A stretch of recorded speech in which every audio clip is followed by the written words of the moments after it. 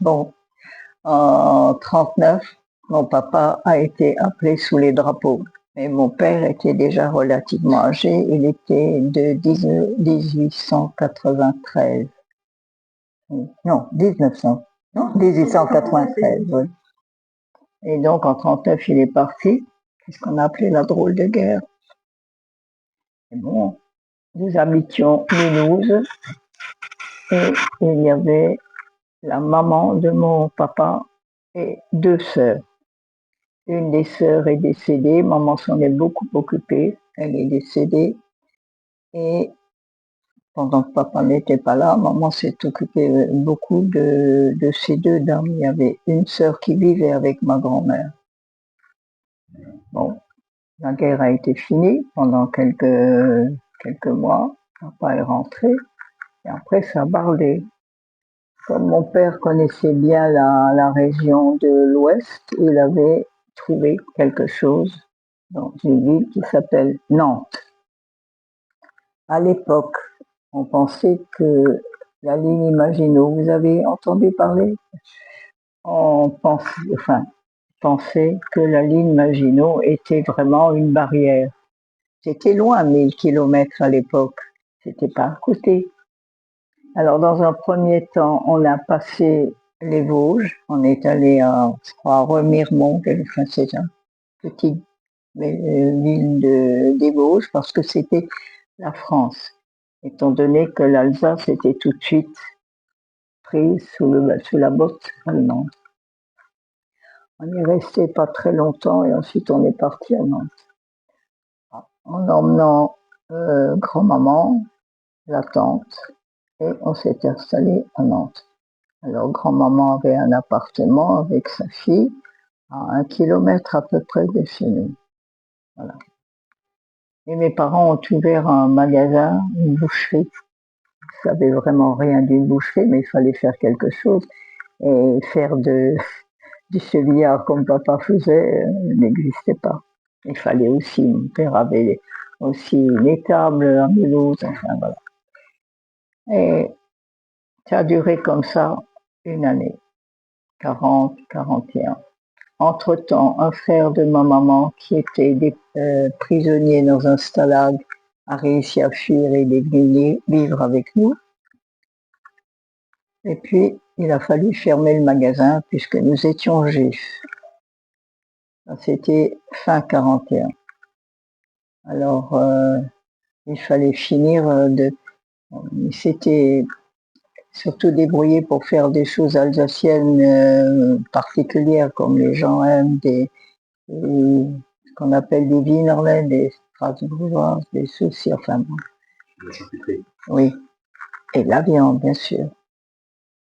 Alors, un soir, à 11h du soir, je crois, ça sonne à la porte. Et ce sont deux Allemands avec ce qu'on appelait des Kette, c'était les pieds. Et encore, c'était pas tout à fait la Gestapo, mais juste avant. Alors ils disent, mais qu'est-ce que vous faites? Vous travaillez? Et mon père dit à son beau-frère, va vite ouvrir les trucs pour qu'ils sentent l'odeur comme ce sont des Allemands, c'est la même charcuterie. Ça. Alors mon père a dit, venez, entrez, oui, voilà, asseyez-vous. Ils ont fait asseoir. Et pendant plusieurs heures, ils ont mangé la charcuterie. Ils ont bu du schnapps, je ne sais pas, j'étais trop petite, mais j'ai appris après. Et tout d'un coup, vers 1h du matin, 2h du matin, l'un des deux dit maintenant Fritz, en allemand tout ça, on s'en va. Et l'autre disait, non, non, personne de vous ne comprend l'allemand, je suppose. Non. Alors en traduction, ah non, ici je suis dans une bonne maison juive, moi je reste dans la maison, il était complètement sous. Et en fait, on a su après qu'il était valet dans une ferme juive en Allemagne. Donc, il connaissait les juifs et puis je suppose qu'il n'a pas été maltraité, et voilà. Seulement à 4-5 heures du matin, c'était en décembre. Hein. Mon père a dit, attends, il faut qu'il parte. Si on le voit sortir demain matin de chez moi comme ça, fusillé tout de suite. Hein. N'était pas encore tout à fait comme ça, mais mon père connaissait bien les Allemands. Alors, papa dit, viens maintenant, on va aller prendre l'air. Et puis il l'a emmené, et il continuait toujours à dire, je suis bien avec les Juifs, voilà. Et il l'a emmené, il y a un très beau jardin avec de beaux arbres, enfin, un grand parc. Il y est allé, et puis il a fait s'asseoir, il s'est assis à côté de lui, et puis le Fritz, il a commencé à dodeliner de la tête, et mon papa l'a couché, et il s'est pas taillé. Ça, c'est le début. Alors, en 42, on a commencé, jusqu'en 42, on ne déportait, les Belges ne déportaient que les Juifs étrangers. Ça, vous savez, je pense. Mais en 42, ça a changé. Or, mes parents avaient un couple d'amis. Le monsieur était français, mais la dame était allemande, mais anti-nazi au possible. Alors elle vient, et elle dit à maman, écoutez Ruth, maintenant, il faut que vos hommes partent en zone libre, ils sont en train de ramasser les Français. Donc papa et son beau-frère sont partis. Pourquoi on est parti du côté de Pau, dans le sud? Parce que une sœur de mon papa, il avait 4 sœurs, était mariée à un fabricant de cigares dans le Bade, à Bruchsal, c'est à côté de Karlsruhe. Et ils avaient déjà été déportés d'Allemagne. On les avait emmenés au camp de Gurs, vous connaissez? Non. Dans un endroit absolument épouvantable. En hiver, c'est de l'argile par terre, ça colle, il pleut, il fait froid. Et en été, on crève de chaud. On y est allé avec mon mari, une fois, on a fait un peu le tour et tout ça. Et donc, il s'est dit qu'il allait pouvoir aider sa sœur, et puis il y avait 7 beaux-frères, et puis une petite de 14 ans. Alors, on est descendu, et il a réussi à circonvenir un gardien pour que ma cousine puisse sortir. Ça m'envoie ma cousine, dit, là où mes parents iront, j'irai avec eux. On n'a pas réussi à la sauver. Donc, ça a duré comme ça un moment. Alors il allait tout le temps les voir, il m'apportait parce qu'il crevait de faim. En début juillet, toujours le même couple, la dame vient chez maman en disant maintenant, il faut que vous emmeniez votre belle-mère et votre belle-sœur, votre fille, et que vous partiez tout de suite. Et maintenant, ils prennent tout le monde. Maman s'est préparée. Alors c'était compliqué, ma grand-mère avait 80 ans.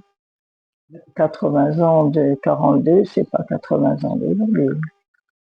Donc, elle avait réussi à avoir un taxi qui l'emmènerait. Il y avait une zone de démarcation à Vierzon, Châteauroux. Donc, de là, il y avait un taxi qui l'aurait emmené vers le passeur. Ok, d'accord, tout le monde prépare ce qu'il faut. Et 3 jours avant, grand-maman dit, écoute, Ruth, tu sais, ma fille dit qu'à notre âge, on ne risque plus rien, on ne va pas venir. Alors maman dit, si, venez, mais enfin, il avait de très bonnes relations avec ma grand-maman. Elle n'est pas venue. Donc on est parti. Je ne sais pas la date, je ne peux pas vous dire, mais c'était en juillet. On est parti à 4 heures du matin et à 6 heures, les Boches étaient là pour nous chercher. Pas ma grand-maman, mais nous. Alors, les voisins ont vu, entre autres, ils avaient fait faire un portrait de la petite fille que j'étais. Ils ont jeté le portrait, ils l'ont piétiné, toute la haine qui était en eux parce qu'ils nous ont loupés. Donc on est parti. On arrive à Châteauroux, oui, à Châteauroux, et dans un bus, on est venu en bus, et à l'arrêt, il y avait des Gestapo, enfin pas encore vraiment, mais c'était vraiment des sales types, ils étaient là pour nous arrêter tous les juifs qui passeraient. Je ne sais pas, et j'ai malheureusement oublié de demander à maman. Maman, elle m'avait donné une poupée, ma poupée, et un petit sac, comme si on allait se promener. Elle l'a repéré. Elle n'avait pas le type juif du tout, mais on n'empêche sur la carte d'identité avec les juifs. Hein. Elle a réussi à sortir avec les deux valises. Elle avait repéré un café, un bistrot. Elle y est allée et dit, monsieur, je vous confie mes valises, quelqu'un viendra les chercher ce soir ou demain. Elle est revenue au bus, m'a cherché à la barbe de tous ces gens-là. Comment elle a fait? Comment était une femme très, très courageuse, très débrouillarde. Et on se met en route. On avait 15 kilomètres à faire pour arriver. C'est au mois de juillet, il faisait très très chaud. On se promenait. Alors il y a deux gendarmes qui arrivent avec. Alors cette fois-ci, c'était les mauvais qui après ont fait vraiment. Alors il y en a. On m'a dit, j'ai cru que j'allais mourir sur place. Je leur dis bonjour, bonjour monsieur. Ça fait, hein, la petite fille, j'avais 7 ans. Et il y en a un qui dit, mais qu'est-ce qu'elle est mignonne, cette petite. Et l'autre dit, elle est sûrement pas d'ici. Et le premier dit, ah, laisse-les courir. Ça, c'était la première chose. Entre-temps, avant que j'arrive cela, mes parents m'avaient élevé, comme on était juif alsacien, c'était un judaïsme, comment est-ce que je peux expliquer ça? C'est un judaïsme qui reposait sur l'honnêteté, sur l'aide, et le Shabbat, les fêtes, mais on m'avait appris que quand on regardait devant, l'ange garderie, elle était derrière, et quand je regardais derrière, regardait devant. Donc j'ai sorti ça à un moment en disant, ben oui, on ne peut pas avoir peur. L'ange Gabriel est là. Donc on continue, on arrive chez les passeurs. Ça s'est bien passé. Et le lendemain matin, on repart à 4 heures du matin à travers la forêt pour alors vraiment passer cette frontière.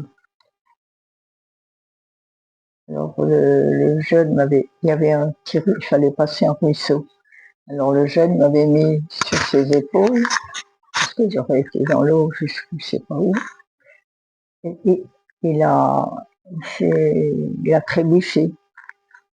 Et maman m'a mis la main sur la bouche, mais j'ai pas crié, parce que si j'avais crié, la main sur la bouche, c'était trop tard. On continue. On arrive de l'autre côté, sain et sauf. Il y avait un petit hôtel. Maman et moi, on entre à l'hôtel. Et on demande une chambre. Ah oui, vous avez de la chance, c'est la dernière. Très bien. Mais écoutez, je sais d'où vous venez. Venez vous asseoir avec nous. On est en train de déjeuner. Venez manger avec nous. C'était très, très chaleureux, je veux dire, quand vous sortez le sang. Bon. Après, pendant qu'on était là, il y a un couple de juifs polonais qui veulent une chambre. Il n'y en a plus. Alors la dame dit, j'ai plus de chambre, mais j'ai une petite maison dans le village. Ah non, on veut le confort. Maman dit, ah, je suis d'accord, il me suffit d'avoir un réveil pour que je puisse attraper mon train. Donnez-leur la chambre, c'est pas un problème. Ouais, mais le lendemain matin, ils étaient prêts. On prend le train. Là, ça s'est bien passé, mais quand on est arrivé à Pau, mon père avait perdu 32 kilos. Je l'ai pas reconnu. Attendez, sa sœur qui est dans un camp épouvantable, il y a je ne sais plus combien de dizaines de personnes qui sont mortes. Et sa maman, sa sœur, sa femme, ses enfants, qui sont encore dans. La sœur de mon grand-père qui était enfermée à Durs avec sa famille était la sœur préférée de mon père. Il avait essayé de sauver. La seule personne qui l'aurait pu éventuellement sauver était sa nièce, qui a refusé de suivre, qui avait pensé avec ses parents. Et sa maman, mon arrière-grand-mère et son autre sœur, enfin, une de ses autres sœurs, étaient quelque part dans la nature pour l'instant. Donc, ça faisait 6 mois que, en fait, il était en train de se battre pour sa sœur qui était dans un camp, pour savoir s'il arrivait à... Et il ne savait pas non plus ce qui se passait avec nous. Oui, c'est ça. Vous avez retrouvé votre père? Ah oui, mais je ne l'ai pas reconnu. Je dis, ça, c'est pas mon papa. J'en veux pas, c'est pas mon papa. Je ne m'en rappelle pas, mais ça n'a pas dû être drôle ni pour papa ni pour maman. C'était vraiment, j'en veux pas, c'est pas mon père. Bref. Alors, on s'est installé dans un petit bled à 2 kilomètres de Pau qui s'appelle Gélos. Et pour y accéder, il y a juste un petit pont en pierre. C'est important, ça, c'est pour ça que je le dis. On était à peine arrivés que le camp de Gurs a été vidé. On est juste arrivé au train, parce qu'on a su trop tard que ma tante et tout le monde allait partir. Pour papa, ça a été... Mais, comme beaucoup de juifs, on était très familles. Voilà. Donc, quand Georges était parti, nous on s'installe. Commence. Alors, on a pris une chambre. Il se trouvait qu'elle était dans la rue principale, mais c'était un tout petit bled, hein, vraiment rien. Et elle s'installe. Et la propriétaire dit aux gens à côté, avec l'accent, vous vous rendez compte, Lus Refugiat, ça veut dire les réfugiés, ils n'ont rien, mais elle a acheté 2 cuvettes. Maman avait acheté 2 cuvettes, une pour la toilette et une pour les légumes, enfin voilà. On a senti venir le vent. Maman est partie. Et papa était complètement rattrapé. Ça a été... À partir de ce moment-là, je crois que papa n'a plus beaucoup vécu, là, normalement. Elle est allée trouver, merci Cathy, elle est allée trouver le curé. Il aurait pu être anti, il ne l'était pas. Alors maman a demandé si on pouvait essayer de trouver une autre demeure. Et on a eu aussi une grande chambre, en tout, juste une chambre. Et dans cette chambre-là, il y avait 2 fenêtres. Alors on avait préparé une corde de drap d'un côté et une corde de drap de l'autre. Comme ça, si on était au premier étage, comme ça, derrière, ça donnait sur un jardin et on pouvait ficher le camp. Là, et devant, c'était la cour. Et c'était une dame extrêmement, vraiment très, très gentille, très, très patriote. Voilà. Papa, là aussi, nous avons eu de la chance parce que si papa n'avait pas été actif, il était pris pour le service de travail obligatoire, ça vous connaissez. Oui. Et il y avait des Alsaciens, peut-être que vous connaissez la levure Alsa. Eh ben, ces gens-là ont été adorables pour papa. Et ils l'ont engagé, il n'était pas capable de faire grand-chose, mais il était débarrassé des trottoirs. Et ensuite, eux ont eu des problèmes aussi parce qu'ils étaient résistants. Donc il fallait trouver autre chose. Et là aussi, on a eu beaucoup de chance, une autre truc alsacienne. Voilà.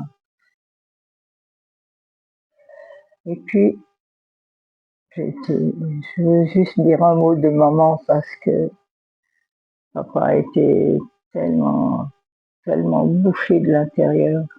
J'ai été opérée de l'appendicite. Or, l'appendicite, c'était à Pau. Il fallait passer ce petit pont. Et sur ce petit pont, il y avait des gardiens allemands avec les quêtes. Et malgré tout, maman est venue pour voir sa fille alors qu'elle risquait sa vie. Et, voilà. Et puis est venu le moment où on n'osait presque plus sortir, parce qu'ils sont venus faire des descentes, il y avait des juifs et aussi beaucoup de résistants. Alors ils sont venus faire des descentes, ils ont ramassé tout le monde, et pourquoi nous pas? Je ne peux pas vous dire, c'est comme ça. Et fin 43, 44, alors là, ça a été vraiment, les Boches commençaient à perdre la guerre, il y aura du sur Glane, c'est cette époque-là.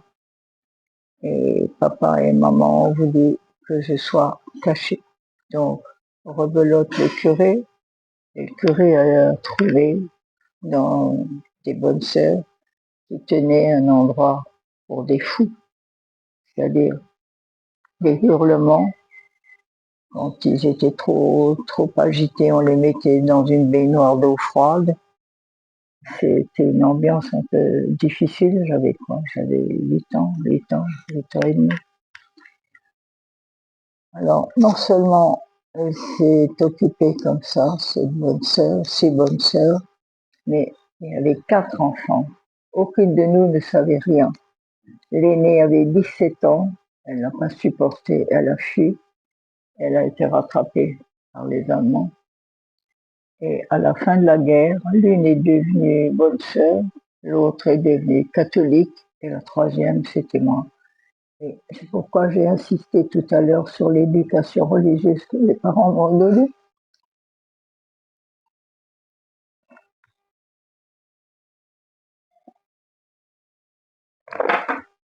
Servez-vous. Ouais. Alors le Shabbat matin, des bonnes sœurs quand même, avec la cornette, avec le truc noir, etc. Dormait dans un dortoir avec tout le monde et on n'avait pas le droit d'entrer dans le dortoir dans la journée. Shabbat matin, j'avais le droit d'entrer. J'accueillais des fleurs ou des feuillages et je me faisais une soupe. Je priais. Elles ont été absolument extraordinaires parce que habituellement, c'est pas comme ça que ça se passait dans les gens. Toujours essayé de convertir les gosses. Et j'allais à l'église, je crois que je connais mieux le catéchisme que notre catéchisme à nous. Le Talmud Torah, il n'y en avait pas. Hein. Enfin, voilà. Après, oui. À un moment donné, pour mes parents, c'est devenu terriblement terrible. On n'avait plus le droit de sortir après 9 heures du soir. Et mes parents ont réussi tous les soirs à dormir chez d'autres personnes, moyennant finance. Ils arrivaient, ils passaient la nuit là-bas, puis ils repartaient le matin. Et un jour, ils arrivent chez une dame polonaise dans une baraque en bois. Et la dame, 9h moins 5, ils étaient à 12 kilomètres de là où on était, Gélos, et il y avait le couvre-feu, donc impossible de rebrousser chemin. La bonne femme dit « Ah non, mon mari n'est pas d'accord. » Elle ferme la porte. Alors il y avait une forêt. Ils sont donc entrés dans la forêt, attendaient, mais tout d'un coup ils ont entendu les chiens et les Allemands, et ça gueulait. Alors, on a appelé ça un miracle parce qu'il y en a eu beaucoup pour nous. Il y a eu un orage terrible, ils sont partis. Alors, on n'a pas été pris. Je peux vous raconter beaucoup de choses comme ça. Je vous raconte juste l'essentiel, sans s'en y encore demain. Alors, pendant que j'étais chez les bonnes sœurs, j'ai aussi fait quelque chose impensable. On était 4-5 petites et je pense qu'il y avait une autre petite juive avec. La bonne sœur nous tenait par la main et nous emmenait nous promener. Il y avait une grande clairière et au-delà, il y avait une forêt. Et tout d'un coup, de la forêt sort un monsieur qui habitait en dessous de chez mes parents. J'avais déjà vu un chien de chasse courir. C'est ce qu'on m'a dit.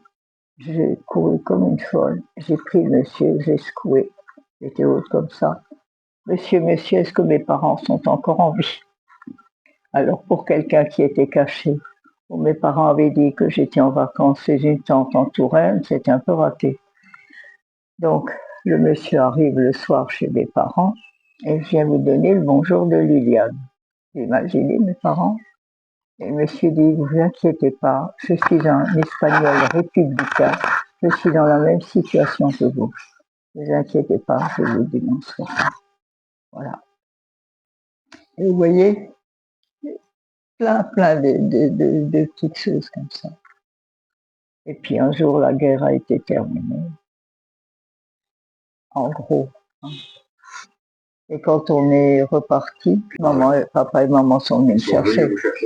Bien sûr. C'était pas loin. C'était une dizaine de kilomètres. Il faut vous dire qu'il n'y avait pas de moyen de communication, de locomotion. Alors, avec un vélo, et c'était un trésor quand on avait un vélo. Et pendant la guerre, maman avait 17 ans de moins que papa, donc plus énergie.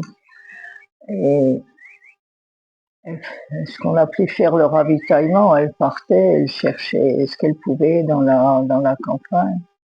Et moi, le jeudi matin, c'était le jour où on n'avait pas classe. Je faisais le tour des paysans du bled. Et je me rappelle je recevais un œuf, ou encore un œuf, enfin bon. Et un jour, il y a une des paysannes qui dit, ah, ma pauvre petite, ça je me rappelle, ma pauvre petite, j'ai rien à te donner aujourd'hui. Tiens, tu donneras ces lys à ta maman. Je suis rentrée avec mes lys, mais on n'a pas pu manger les lys. Hein. Voilà. Mais il y a eu plein de... On allait aussi dans la forêt chercher des châtaignes, parce qu'on n'avait pas grand-chose à manger. Voilà. Et après, quand ils sont venus vous chercher, donc, au bout de combien de temps vous êtes repartis en Alsace? En Alsace. Vous êtes partis à Paris après? Non, à Nantes. Parce que ma grand-maman avait été déportée à partir de Nantes. Or, on ne savait pas au chute, ça l'a su bien après. Personne ne savait. Et mon père et ma mère pensaient qu'elle reviendrait automatiquement du point de départ. On est resté encore 5 ans à Nantes. Papa espérait toujours.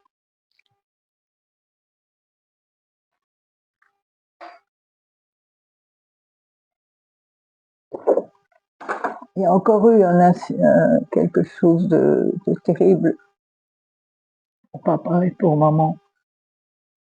Comme à Nantes, il n'y avait vraiment rien à manger. Maman faisait régulièrement des colis avec des pommes de terre, avec quelque chose pour ma grand-mère et pour la tante. Et un jour, le colis est revenu parti sans laisser d'adresse. Ça voulait dire qu'elle avait été prise.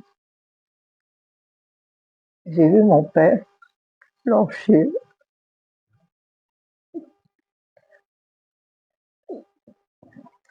en 24 heures. Et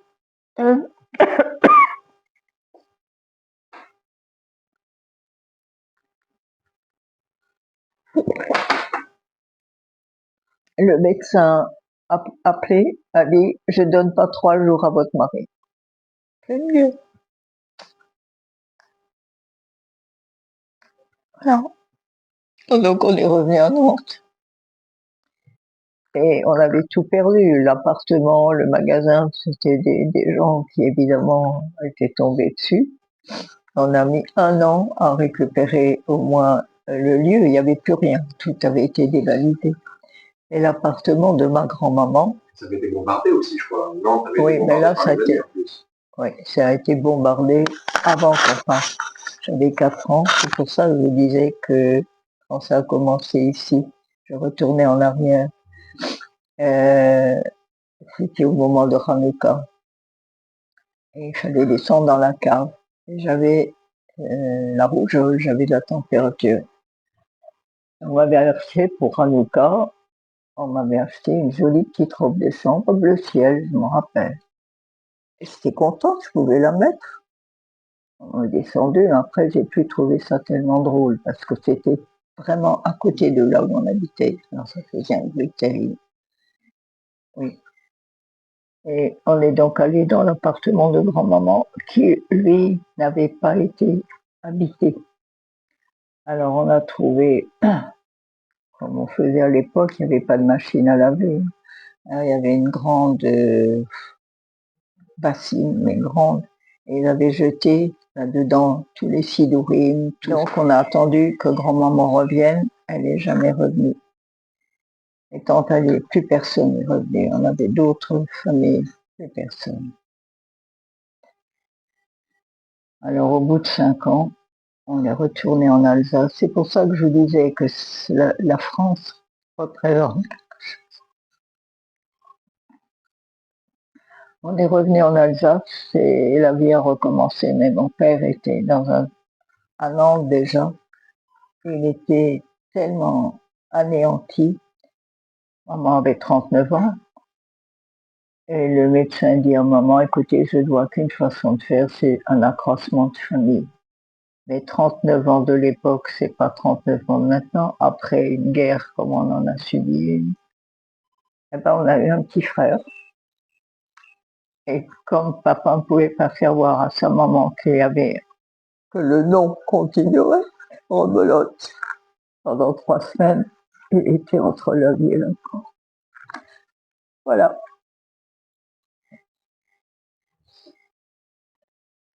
Je vous remercie en tout cas pour ce témoignage. Oui. Ça permettra de. C'est très utile. J'espère surtout que d'autres gens comprendront ce que ça veut dire.